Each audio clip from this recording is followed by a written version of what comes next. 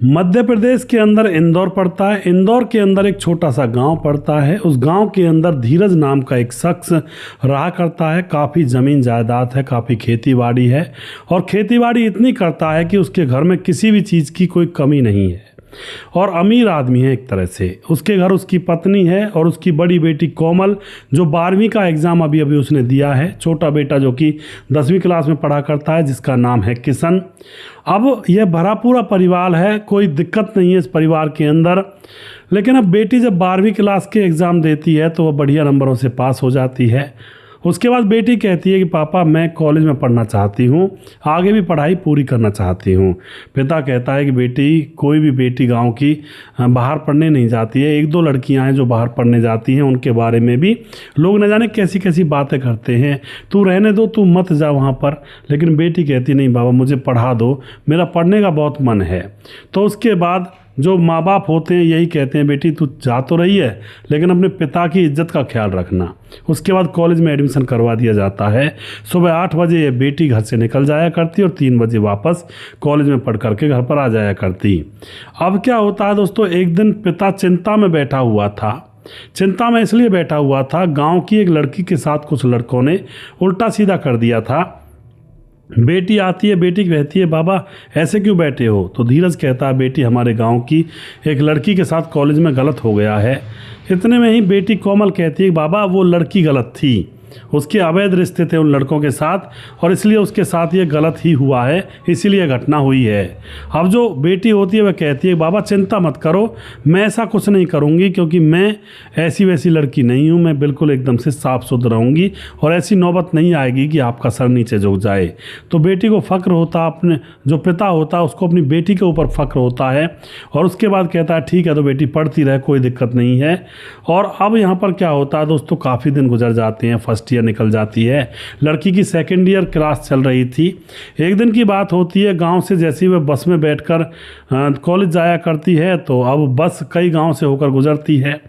अब बस के अंदर 2 लड़के इस कोमल नाम की लड़की को छूने लगते हैं।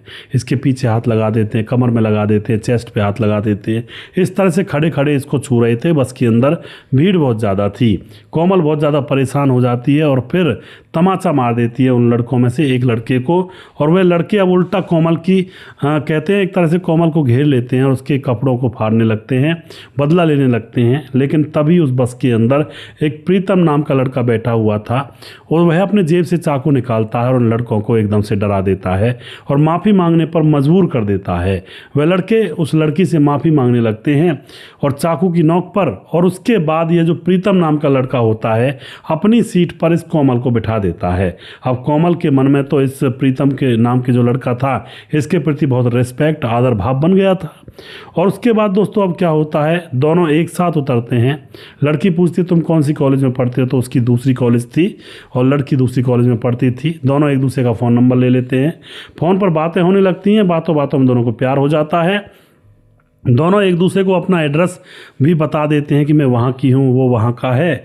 अब इसी तरह से बातें प्यार में बदल जाती हैं। धीरे धीरे समय गुजरता है और दोनों एक दूसरे के घर पर भी आना जाना शुरू कर देते हैं। एक दिन की बात होती है, जो प्रीतम होता है वह बोलता है फ़ोन करके कि कोमल मेरा जन्मदिन है, आज शाम को पार्टी करूँगा होटल के अंदर, शहर के अंदर, और तुम्हें आना पड़ेगा। अब जो कोमल होती है वह कहती तुमने मुझे पहले क्यों नहीं बताया, तुम्हारे लिए कुछ गिफ्ट वगैरह पहले से तैयार कर लेती, तुमने तो एकदम बताया है। लेकिन यह लड़का जो होता है प्रीतम, यह कहता नहीं ऐसी कोई दिक्कत नहीं है, तुम आ जाना शाम को 8 बजे प्रोग्राम चालू है। होटल का एड्रेस बता दिया जाता है। अब शाम होती है तो यह कोमल कहती है अपने बाबा से कि बाबा मेरी सहेली का जन्मदिन है, मैं उसमें जा रही हूँ और मैं 2-3 घंटे में आ जाऊँगी। तो बाबा उसको भेज देता। बेटी पर बड़ा विश्वास था। और दोस्तों ये जो विश्वास होता है ना, यहीं पर इंसान धोखा खाता है। जिनको ज़्यादा विश्वास होता है, मुझे बहुत विश्वास है, उनके ही विश्वास टूटते हैं असलियत में। अब बेटी चली जाती है होटल में उस लड़के प्रीतम के पास। घर से कहकर आई थी मैं अपनी सहेली के पास जा रही हूँ। वहाँ जाने के बाद खाना पीना होता है, केक काटा जाता है और उसके बाद एक कमरा बुक किया हुआ था और वहाँ पर प्रीतम और उसके साथ एक लड़का विकास, वह देखती है ये कौन है। तो प्रीतम कहता है अरे मेरा दोस्त है, बहुत ही गहरा मित्र है, ये किसी से कुछ नहीं कहेगा, घबराओ मत।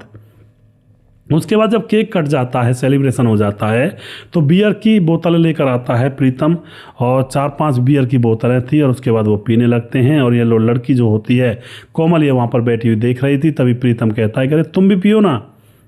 कोमल ने आज तक कोई ऐसी चीज़ पी नहीं थी, शराब, बियर, दारू, जो भी कुछ होता है।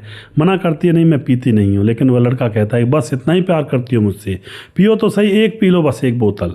और उसके बाद ज़बरदस्ती उसको जैसे तैसे कसम दे करके पिला दी जाती है एक पूरी बियर की बोतल। अब जब जिसने किसी ने कभी नशा ना किया हो उसके लिए तो एक बोतल बहुत ज़्यादा है। और बोतल को पीने के बाद जो कोमल होती है बिल्कुल नशे में धुत हो जाती है। उसको ये पता नहीं रहता है कि मैं आखिर कहाँ हूँ और कौन लोग मेरे साथ हैं, और वह एकदम से बेड पर लुढ़क जाती है। अब उसके बाद होता है असली खेल। जो उसका दोस्त था प्रीतम, वह अपने कपड़े उतारने लगता है। उसके साथ उसका विकास दोस्त आया था, वह भी कपड़े उतारने लगता है, और दोनों उस लड़की के साथ खूब 2 घंटे तक मौज मस्ती करते हैं। उसके साथ वो सब कुछ करते हैं जो उनको नहीं करना चाहिए था एक अकेली लड़की के साथ।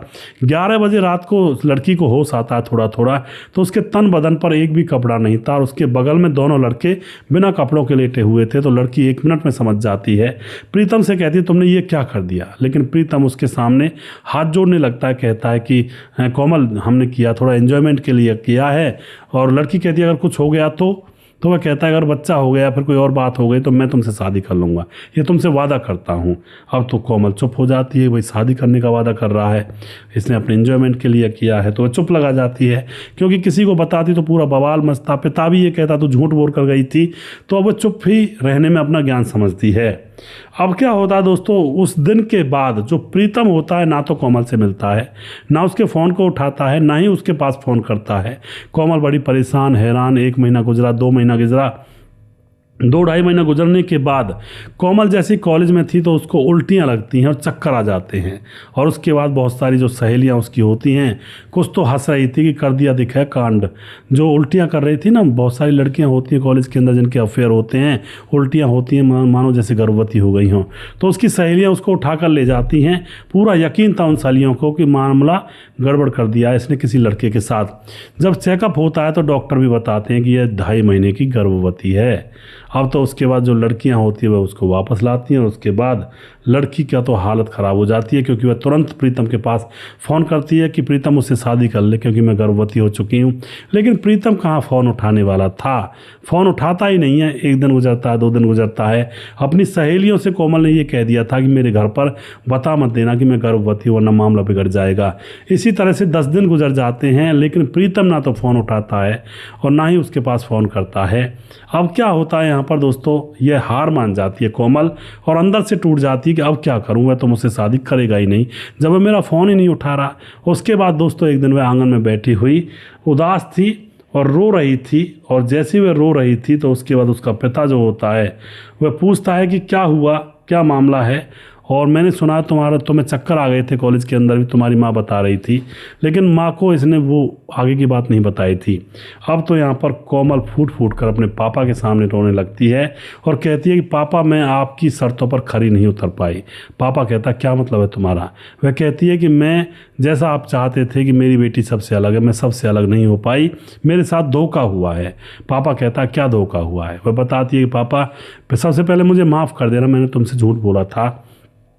उस रात जब मैं आपसे कहकर गई थी कि मैं अपनी सहेली के जन्मदिन में जा रही हूँ, वो सहेली नहीं, वो सहेले थे 2। और वह बताती है कि वो 2 लड़के थे। एक लड़का था प्रीतम जिसने मेरी लड़कों से रक्षा की थी, मैं उस पर विश्वास करने लगी थी, बहुत ज़्यादा, जान से भी ज़्यादा उसके ऊपर भरोसा था।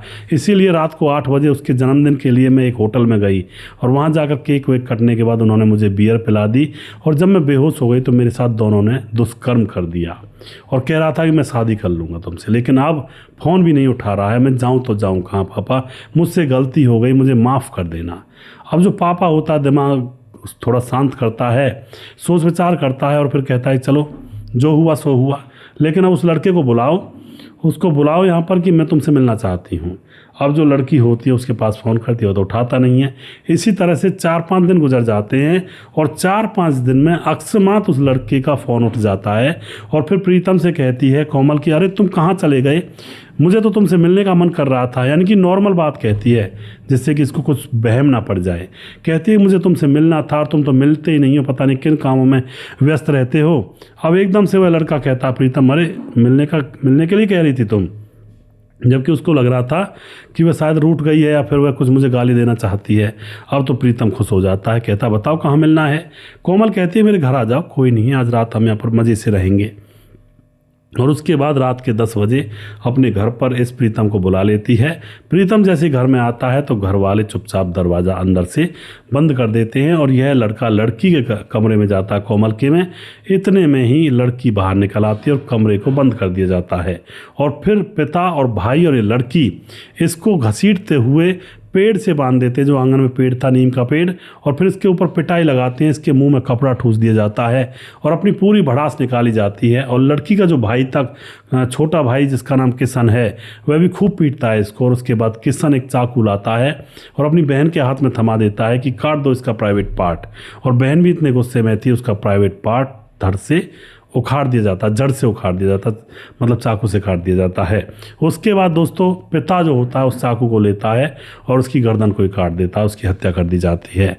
और उसके बाद पिता, बेटी और भाई सारे लोग इकट्ठे होकर थाने पहुंच जाते हैं और सारी कहानी बता देते हैं, हमने उसका काम तमाम कर दिया है, अब हमें पकड़ लीजिए। और उसके बाद ये सारे लोग जेल में चले जाते हैं। बस कोमल की माँ बचती है घर के अंदर, क्योंकि उसने तो यही कहा था इसको मत मारो, यह भी किसी का बेटा है। खूब गिड़गिड़ा रही थी उन लोगों के सामने, लेकिन वो मान ही नहीं रहे थे। अब कोमल की माँ बचती है, वो घर में अकेली रहती है बेचारी, पूरा परिवार जेल के अंदर चला गया। इस तरह से कई बार छोटी छोटी गलतियों की वजह से पूरे परिवार की जान आफत में पड़ जाती है। कोमल अगर उस रात 8 बजे ना जाती तो इसका परिवार अच्छे से खुशी से रहता, कोई दिक्कत ही नहीं थी। या फिर कोमल अगर उस लड़के से प्रेम प्रसंग की बातें ना करती या अफेयर ना चलाती या अवैध रिश्ता नहीं बनाती तो भी यहाँ पर इन दोनों की ज़िंदगी अच्छे से चलती रहती, घर परिवारों में कुछ नहीं होता। मगर दोस्तों अवैध रिश्तों का अंजाम बड़ा खतरनाक, बड़ा ही खौफनाक होता है, बार बार कहता हूँ, और समझ जाया करें अपने आप ही, बहुत बुरा टाइम फिलहाल चला हुआ है। वीडियो के लास्ट में कुछ भाइयों के नाम लेना चाहूँगा। हमारे साथ है श्यामलाल चौधरी नौका बीकानेर राजस्थान से, खेमराज गुज्जर चिट्टी जीबी नगर यूपी 16 से, बोलाईदास झारखंड से कमेंट करते हैं, राम बहादुर सिंह रायगढ़ छत्तीसगढ़ से, सैफुल मलिक कमेंट करते हैं, राम थापा नेपाल से कमेंट करते हैं, प्रवीण चौधरी राजस्थान से पर बेंगलुरु में रहते हैं, कालीचरण उड़ीसा से, फिलहाल गोवा में रहते हैं, रवि प्रकाश कमेंट करते हैं, शौकत अली दिल्ली से, रामलाल कुशवाहा जिला विदिशा पुरानिया बिहार से कमेंट करते हैं, दयाशंकर सिंह राजपूत ठाकुर यूपी 43 गोंडा से कमेंट करते हैं, नीतीश पासवान बोध गोगिरडी झारखंड से, वनराज नामदेव कोहली लगातार कमेंट करते हैं, राम मोहम्मद यासीन लाहौर पाकिस्तान से कमेंट करते हैं, राधेश्याम शर्मा से सीजापुर राजस्थान से, और उसके बाद राजकिशोर चौरसिया महाबलेश्वर महाराज से कमेंट करते हैं, दुर्योधन भाई कमेंट करते हैं, छगनदास खाटावन राजस्थान से कमेंट करते हैं, सुशील चौधरी कमेंट करते हैं, मुनुन श्रीवास्तव जी कमेंट करते हैं, लगातार हमारे वीडियोज़ पर बने रहते हैं, बहुत प्यार करते हैं, और जो कि जिला गोपालगंज बिहार 28 वार्ड नंबर 23 के रहने वाले हैं। मोहम्मद फरमान कमेंट करते हैं, मोहम्मद फरमान जिला मुजफ्फरनगर खतौली से, सुदेश भाई नमस्कार, आप कहानी बहुत अच्छी बताते हो, दिल खुश हो जाता है और अपनी पुरानी कहानी याद आ जाती हैं, और ऐसा ही होना चाहिए, इंसान को कभी भी लालच निकालना नहीं चाहिए और अपने बलबूते पर काम करना चाहिए। सच्चा जो इंसान होता है वह कभी हार नहीं मानता। जी बिल्कुल जी। और उसके बाद हमारे साथ मोहम्मद जहांगीर कमेंट करते हैं, बहुत इंटरेस्टिंग कहानी आज सुबह सुबह सुना हूँ, दिल खुश हो गया, बिहार मोतिहारी जिला से हूँ, मुंबई में काम करता हूँ। बहुत बहुत धन्यवाद करता हूँ जहांगीर भाई। और धीरज बनवाल कहते हैं सच्चा प्यार इसी को कहते हैं, विधायक की बेटी और मजदूर का लड़का। जी बिल्कुल जी। समाधान पाटिल जलगांव महाराज से कमेंट करते हैं, भाई साहब जिस बेटी ने माँ बाप को ऐसे साथ किया वो बहुत बुरा होगा। जी बिल्कुल जी। सिंगेश्वर यादव कमेंट करते हैं, और उसके बाद हमारे साथ हैं भीमदत्त जोशी कमेंट करते हैं, और राम गोसाई हमारे लगातार कमेंट करते हैं, विकास कुमार कमेंट करते हैं, आपका वीडियो मैं रोज़ देखता हूं, मेरा नाम नहीं लेते हैं। विकास कुमार जी आपका नाम लिया है मैंने पिछले वीडियो में भी। और नबील खान कमेंट करते हैं, सर भरोसा जैसी चीज़ कुछ नहीं है इस दुनिया में। सुमेर सिंह कमेंट करते हैं, राजेश सिंह बिहार मोतिहारी ढाका कोंडवा चैनपुर से, सुदेश जी आपका वीडियो बहुत अच्छा लगता है, बहुत धन्यवाद जी। दीप चंद्र जायसवाल कमेंट करते हैं, स्वपन डे कमेंट करते हैं, Bhupendra Kumar very very good story, Ratanlal Sharma नमस्कार सुरेश भाई कैसे हो आप? बिल्कुल ठीक हूँ जी। सिंगर कालू बगड़ी, अच्छे तरीके के लोग भी हैं, बुरे तरीके के भी हैं जी, बिल्कुल जी। सुजीत कुमार कमेंट करते हैं, नमस्कार गुरु जी, राधे राधे जी। मुकेश कुमार यूपी 83 से, गजेंद्र शेखावत हैं, रघुवीर सिंह नेगी हैं, एमएस अधिकारी कमेंट करते हैं, और उसके बाद स्वपंडे, और उसके बाद हमारे साथ रमाकांत कुशवाहा कमेंट करते हैं, अंजू जोशी कमेंट करते हैं, बसकर आदर्श, मैं तो मिस्त्री का काम भी नहीं जानता हूं और न ही कोई विधायक सेठ के यहाँ आना जाना है जी, बिल्कुल जी। और चलो ठीक है, आप जैसा सोच रहे हैं। उसके बाद रजत सैनी कमेंट करते हैं, कुमार सोनू कमेंट करते हैं, विजय दहिया कमेंट करते हैं, और जी टीकम शर्मा कमेंट करते हैं, अंजू जोशी हैं, और उसके बाद रघुवीर सिंह हैं, और भी जो भाई रह गए उन भाइयों का नाम मैं अगले वीडियो में ज़रूर लूँगा।